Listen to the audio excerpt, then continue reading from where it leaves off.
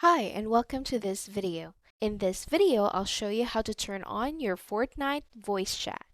So open the main menu for Fortnite, click this three-line icon at the top left corner. On the left panel, click the microphone icon. This will open the voice chat settings.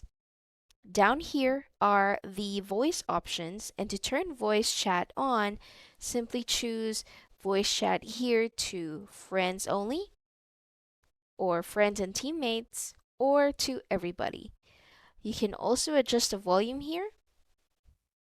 And then for voice method, you can choose from open mic or push to talk, as well as you can change your preferred channel. You can choose game or party, and then you can also turn on or off the voice indicators.